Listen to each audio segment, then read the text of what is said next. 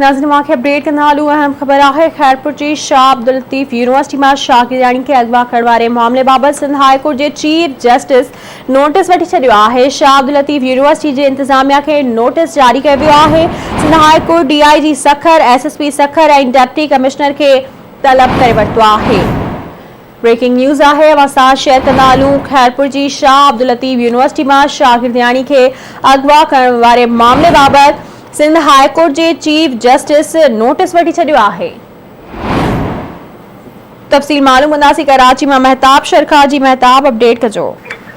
जी बिल्कुल सना आगे ॿुधाए ॻाल्हायूं त शाह अब्दुल लतीफ़ यूनिवर्सिटी जी शागिर्दाणी आहे जेके राणी वाक़ियो में अगवा करण जी कोशिशि कई पई वञे।